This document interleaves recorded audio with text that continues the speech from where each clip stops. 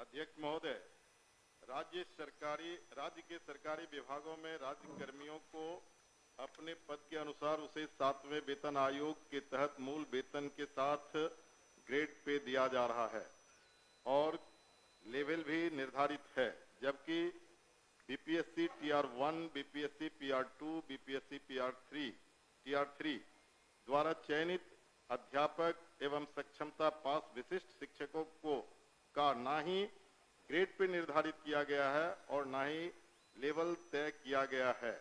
सिर्फ नियोजन के तहत वर्ग 1 से 5 के अध्यापकों को एवं विशिष्ट शिक्षकों को 25,000, वर्ग 6 से 8 के अध्यापक को 28,000, वर्ग 9 से 10 के अध्यापक एवं विशिष्ट शिक्षकों को 31,000, वर्ग 11 से 12 के अध्यापक एवं विशिष्ट शिक्षकों को 32,000 रुपया मूल वेतन दिया जा रहा है, जो 7वें वेतन आयोग से बिल्कुल अलग है, जिसके कारण भविष्य में अध्यापक एवं विशिष्ट अध्यापकों को 8वें वेतन आयोग के लाभ से वंचित रहना पड़ सकता है, जबकि उक्त शिक्षकों को भी राज्य कर्मी का दर्जा प्राप्त है।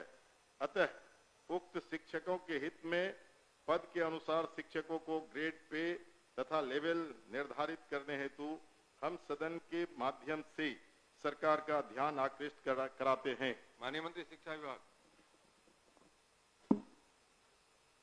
अध्यक्ष महोदय, वस्तु स्थिति यह है कि पंचायती राज संस्थाओं एवं नगर निकाय संस्थाओं द्वारा नियुक्त शिक्षकों को समान कार्य के बदले समान वेतन देने से संबंधित माननीय सर्वोच्च न्यायालय में दायर SLP C संख्या 20/2018 बिहार सरकार एवं अन्य बनाम बिहार माध्यमिक शिक्षक संघर्ष समिति एवं अन्य के साथ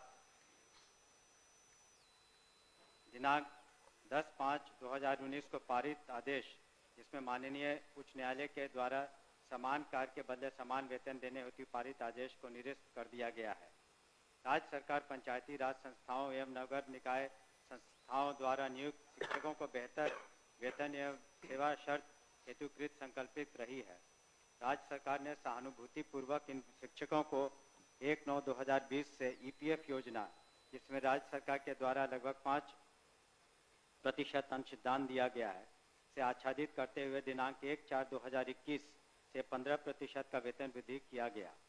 पुनः राज्य सरकार द्वारा स्थानीय निकाय शिक्षकों को बेहतर सेवा शर्त एवं वेतन प्राप्त हो के परिप्रेक्ष्य में बिहार विद्यालय विशिष्ट शिक्षा नियमावली 2023 अधिसूचित किया गया। नए शिक्षकों के नियुक्ति हेतु बिहार राज्य विद्यालय अध्यापक नियुक्ति, स्थानांतरण, अनुशासनिक कार्रवाई एवं सेवा शर्त नियमावली 2023 अधिसूचित किया गया। सरकार द्वारा इन दोनों नियमावली से नया पद सृजित किया गया। यह पद 7वें वेतन आयोग लागू होने के बाद सृजित किए गए हैं, इसलिए यह पद 7वें वेतन आयोग द्वारा निर्धारित पदों में सम्मिलित नहीं है। सरकार द्वारा सरकार के अन्य बहुत सारे पद सृजित किए जाते हैं जो 7वें वेतन आयोग में सम्मिलित नहीं होते हैं। इन दोनों नियमावली के तहत वर्ग 1 से 5 के शिक्षकों को 25,000, वर्ग 6 से 8 के शिक्षकों को 28,000, वर्ग 9 से 10 के शिक्षकों को 31,000 एवं वर्ग 11 से 12 के शिक्षकों को 25,000 प्रारंभिक वेतन निर्धारित करते हुए पे मैट्रिक्स का निर्धारण किया गया। उक्त नियमावली के तहत शिक्षकों को बेहतर प्रोन्नति का लाभ दिया गया। अगले संभावित जो वेतन आयोग 8वां वेतन आयोग में ये शिक्षा विभाग द्वारा इन विद्यालय अध्यापकों एवं विशिष्ट शिक्षकों के वेतन मान को उचित स्तर पर निर्धारित करने हेतु वित्त विभाग को अनुशंसित किया जाएगा। महोदय,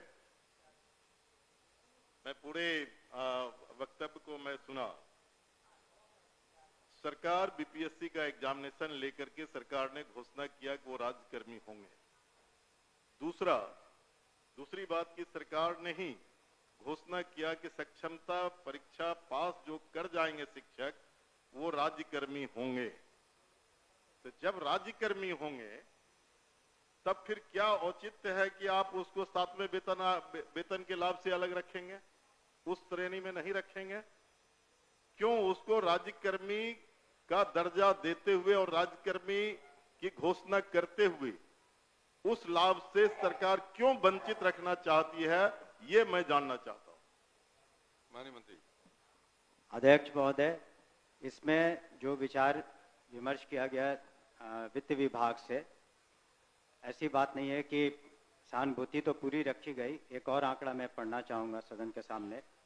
वर्ष 2003 में जो नियुक्त प्रशिक्षित शिक्षा मित्र थे, प्रारंभ में उनका नियत वेतन प्रति माह था 1500, जो वर्तमान सकल वेतन प्रति माह हो गया 31,340। वर्ष 2006 में नियुक्त पंचायत प्रखंड नगर शिक्षक थे 5000, उनका वर्तमान सकल वेतन प्रति माह हो गया 29,410। वर्ष 2010 में नियुक्त पंचायत प्रखंड नगर शिक्षक 7000 था वेतनमान, तो उनका हो गया आज के दिन में 29,410। वर्ष 2013 में नियुक्त पंचायत प्रखंड नगर शिक्षक 10,000 थे, उनका आज के दिन में 29,410 सकल वेतन प्रति माह हुआ। ये वित्त विभाग की सोच थी कि इनका 7वें वेतन आयोग से आच्छादित नहीं होंगे और इनके लिए अलग से उन्होंने एक पे मैट्रिक्स बनाई। लेकिन साथ ही हमने ये भी कहा कि भविष्य में जब 8th पे कमीशन लागू होगा तो उसमें फिटमेंट कमेटी बैठती है और फिटमेंट कमेटी जिस श्रेणी में ये फिट करेंगे उसमें उनको आच्छादित करेंगे। धन्यवाद महोदय। जो सरकार के द्वारा वक्तव्य फिर दोबारा दिया गया, ये पुरानी बात को दोहराई गई कि जब नियोजन इकाई, कई नियोजन इकाई थी, आपने 23 में उस तमाम नियोजन इकाई को भंग कर दिया।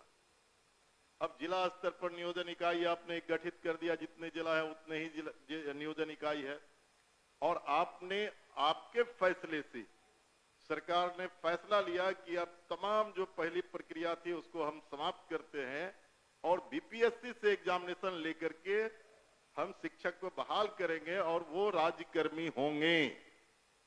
दूसरा, इस सरकार से हम लोग बात कर रहे थे कि जो पुराने तरीके से पंचायत से, प्रखंड से, जिला परिषद से जिन शिक्षकों को नियोजित किया गया उनको आप सरकारी कर्मी घोषित कीजिए। सरकार ने एक फैसला लिया, सक्षमता परीक्षा जो पास करेगा वो सरकारी कर्मी होंगे। तो सवाल उठता है कि सरकारी कर्मी वो सिर्फ स्कूल में नहीं पढ़ाते हैं, उनसे आप चुनाव में बूथ पर भेजते हैं, उनसे आप जो है सो बीएलओ बनाते हैं, उनको कई तरह का सवाल करते हैं।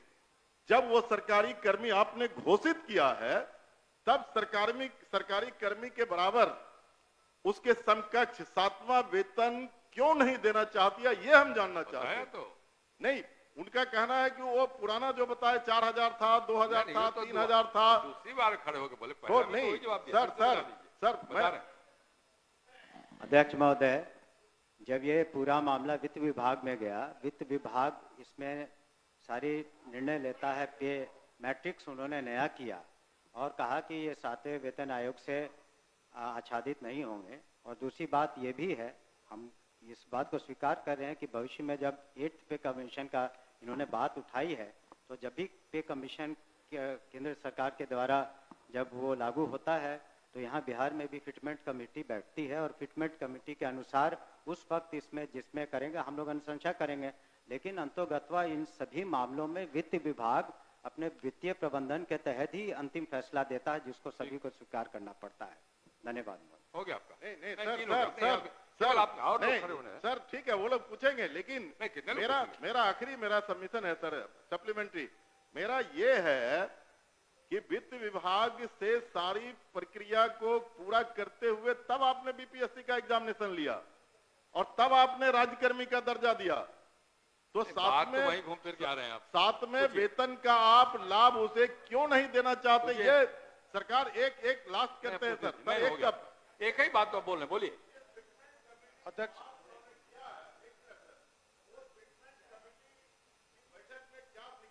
इन मुद्दों को रखा जाएगा, कह तो रहे। हमने तो कहा ही कि जब 8th कमीशन का जो उसमें फाइंडिंग्स आएंगी, तब बिहार में जब फिटमेंट कमेटी होगी तो अलग अलग विभाग का उसमें टेकअप किया जाता है, तो उस वक्त विचार किया जाएगा निश्चित रूप से। धन्यवाद। ओके जी।